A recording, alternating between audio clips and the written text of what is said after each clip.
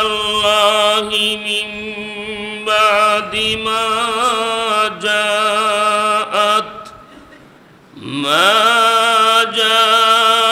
جاءته فإن الله شديد العقاب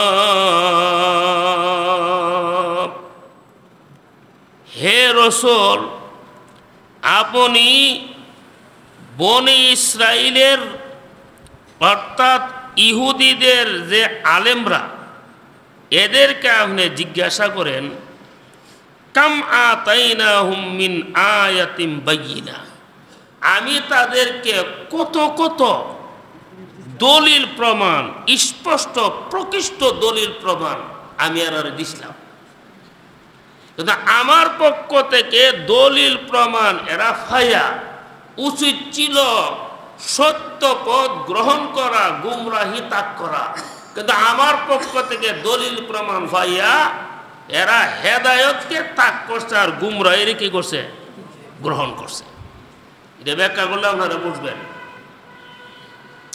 যেমন আমি ইহুদিদেরকে দিলাম তৌরাত কিতাব এরার উচিত ছিল তৌরাত কিতাবকে গ্রহণ করা কিন্তু এরা তৌরাত কিতাবকে অবিশ্বাস করছে তৌরাত কিতাব এটা আল্লাহর কিতাব না আমরা মানি না তখন আমি আল্লাহ তুর পাহাড়টা আইনা এরার মাথার উপরে ধরছি যেটা কইছিলাম মা না নাইলে সেচ্চালা মোহালাইয়া যখন দেয় পাহাড় মাথার উপরে তখন বলতে যে আমরা তৌরাতকে বিশ্বাস করলাম এরপরে আমি আল্লাহ এদেরকে ময়দানে তিহের মধ্যে আসমান থেকে মান্না সালওয়া নামে আসমানি খাবার বাড়াইছি খাইবার লাগে কোনো মেহনত নাই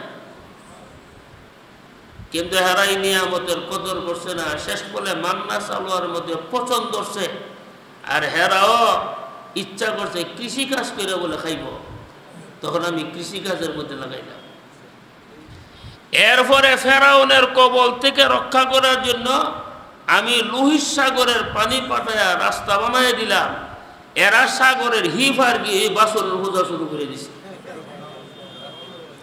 এত বড় কুদরতের নিদর্শন দেখা সাগরের উপরে দিয়া রাস্তা বানায় ভার করে নিলাম এত বড় কুদরত দেখার বড় এরা আল্লাহর ইবাদত বেশি করার দরকার আছে না বাসনের পূজা শুরু করে অনেক নবী রাসূল এদেরকে দিয়েছিলাম এরা নবীদেরকে হত্যা করেছে যার ফলে আমি আল্লাহ তাদের হাত থেকে তাদের শাসন ক্ষমতা ছিনিয়ে নিয়ে গিয়েছিলাম আল্লাহ বলেন অনেক স্পষ্ট দলিল প্রমাণ আমি বনি ইসরাইলকে দিয়েছিলাম যার দ্বারা তারা হেদায়েত গ্রহণ করা উচিত ছিল কিন্তু তারা হেদায়েত গ্রহণ না করে বিভ্রান্তির পথ তারা গ্রহণ করে নিছে নাউযুবিল্লাহ জোরে কর ওয়া মান ইউবাদদিল নি'মাতাল্লাহি মিন বাদি মা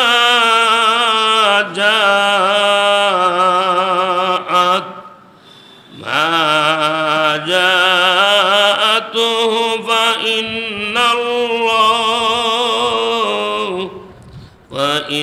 ফাইন্নাল্লাহা শাদীদুল ইকাব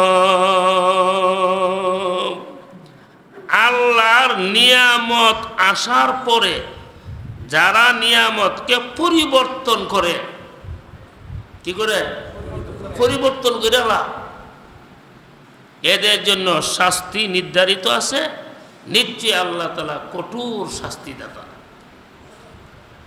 তা আমরাও তো নিয়ামত আছে কোরআন নিয়ামত নেই হাদিস নিয়ামত নেই তাহলে কোরআন হাদিস মতেই আমরা চলতে হইব কোরআন হাদিস বাদ দিয়া যদি মন গড়া জিনিসটা ইবাদত বানাই এটাও নিয়ামতের পরিবর্তন করা হয় ঠিক না বিদিত কোরআনে যা আছে তা মানবা হাদিসে যা আছে তা মানবা ইসলামে যা আছে তা মানবা কোরআন হাদিসের বাহিরে যা কেউ মানবা না মানলে নিয়ামত অবজ্ঞা করা হয় ঠিক না বিদিক জোরে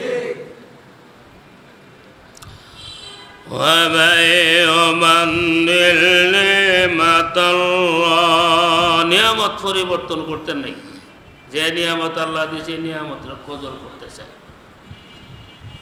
একটা কি চামন হয়েছে পয়ামি জায়গা, আজকে আরো একটা প্রোগ্রাম আছে, এখানে গিয়ে আমি দোয়া করলাম। এক লোক গরিব মানুষ, ওই আলেম, দুর্বল আলেমই, তার কোনো চাকরি নাই, সে গেছে ঢাকা এক জায়গাতে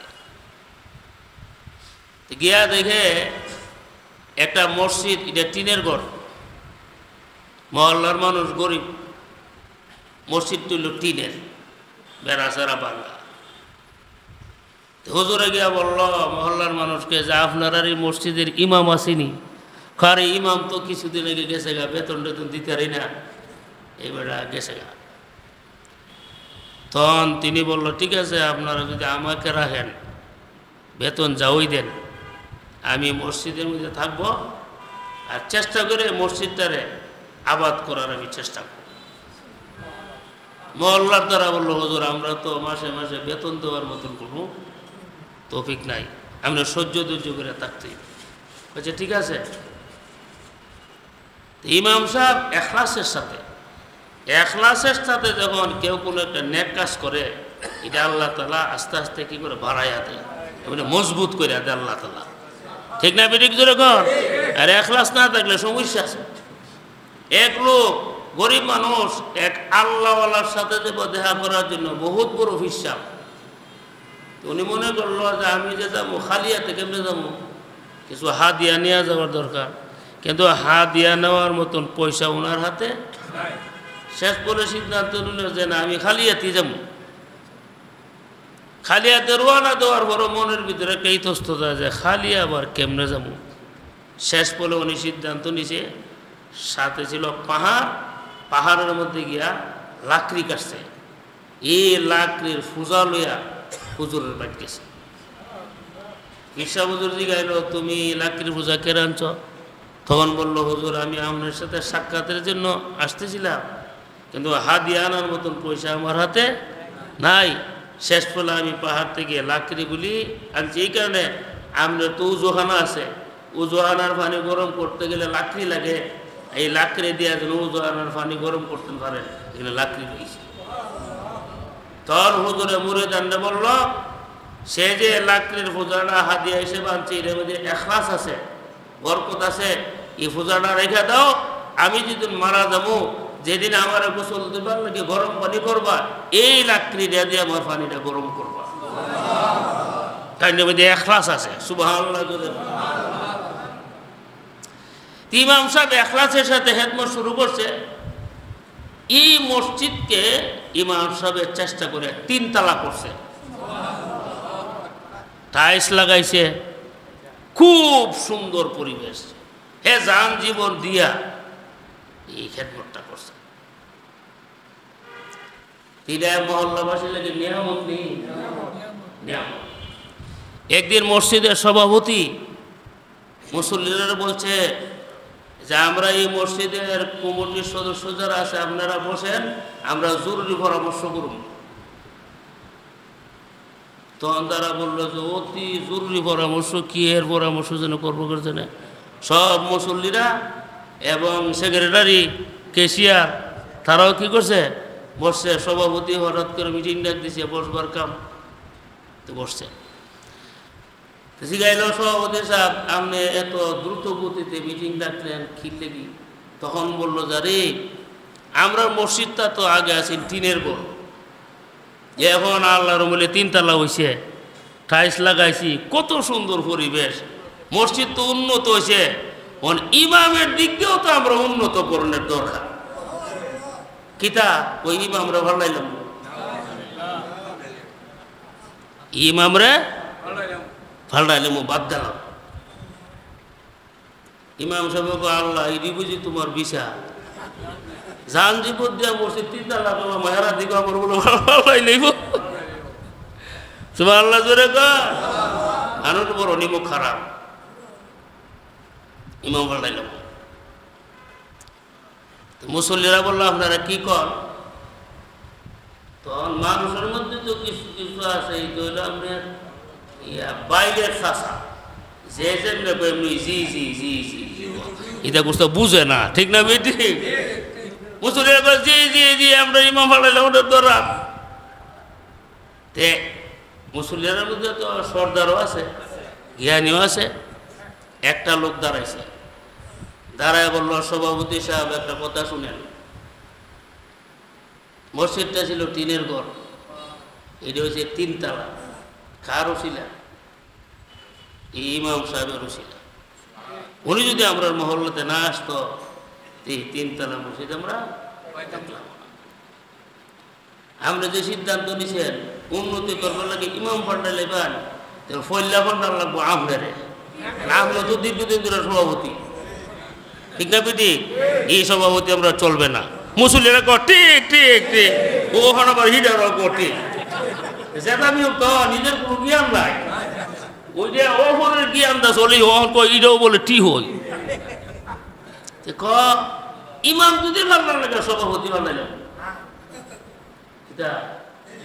সভাপতি ও সভাপতি দেখতেছে ইমাম দূরের কত হের ফত লইয়া টানাটানি যে বুগা সভাপতি পাল্টামু, ক্যাশিয়ার পাল্টামু, সেক্রেটারি পাল্টাই এই সেট ওই রাখতাম। বাদে যখন ধরা হয়েছিনি তখন সব মুসল্লিরা বলল, শুনেন এই ইমাম যতদিন জীবিত থাকবে তার পিছনে আমরা নামাজ পড়ব। আমরা বড় বড় শাইখুল হাদিস আর মুহাদ্দিস আমরা কোনো দরকার নাই, কারণ শাইখুল হাদিস আমার মসজিদ করেন নাই, বড় বড় ফিরে আমার মসজিদ করেন। এই লোকের দ্বারা আমার মসজিদ হয়েছে, সে হইল আমার আসল ইমাম। সুবহানাল্লাহ জোরে গেলায় ওহন মুসল্লিরা কর ঠিক ঠিক, ওহন আবার ঠিক কর। কুমুটির মধ্যে কিছু রোগ আছে, প্রায় মহল্লার কমিটি ইমামরে যন্ত্রণা দেয়, এরা ফাওয়ার দেহা, ঠিক না বেটি? আমি সভাপতি সাহেব, আমি সেক্রেটারি সাহেব, আমি ও মুখ, আর বাবা তুমি মুখ কিন্তু তুমি ইমামের রহমান হইতে পারবা? ইমাম সাহেব যে কেরাতরা পারবো তুমি পারবা? ইমাম সাহেব যে মাসলা জানে তুমি জানবা? ইমাম সাহেব যে ফতুয়া জানে তুমি জানবা? তোমার সমাজের মানুষ একটা পথ দিয়ে শৃঙ্খলার লাগে, ইমামের সমান তুমি হইতে পারবা না, ঠিক না বেটি? জোরে কর। কাজে ইমাম তোমার লাগে নিয়ামত, নিয়ামত ফালাই না তুমি, আল্লাহ তোমার বিপদে। কথাটা আমরা বুঝাইছি নি?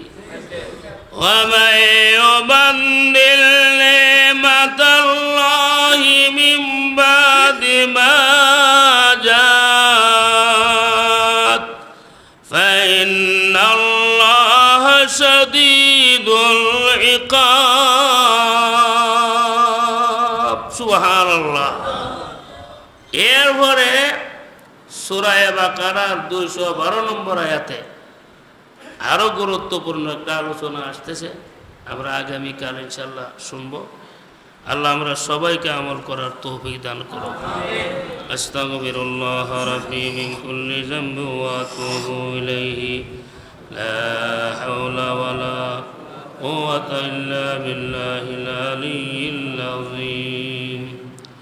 ربنا ظلمنا أنفسنا وإن لم تغفر لنا وترحمنا لنكونن من الخاسرين।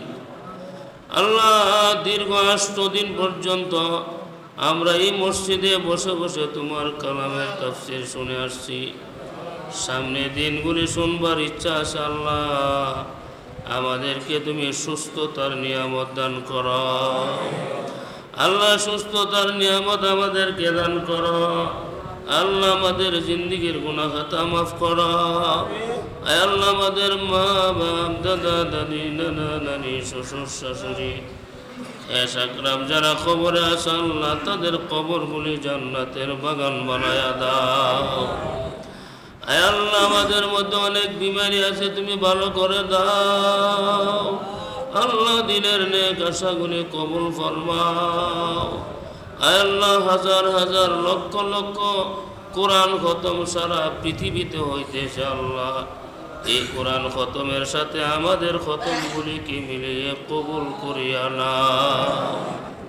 সুবহান রাব্বিকা রাব্বিল ইজ্জাতি আম্মা ইয়াসিফুন ওয়া সালামুন আলাল মুরসালিন ওয়ালহামদুলিল্লাহি রাব্বিল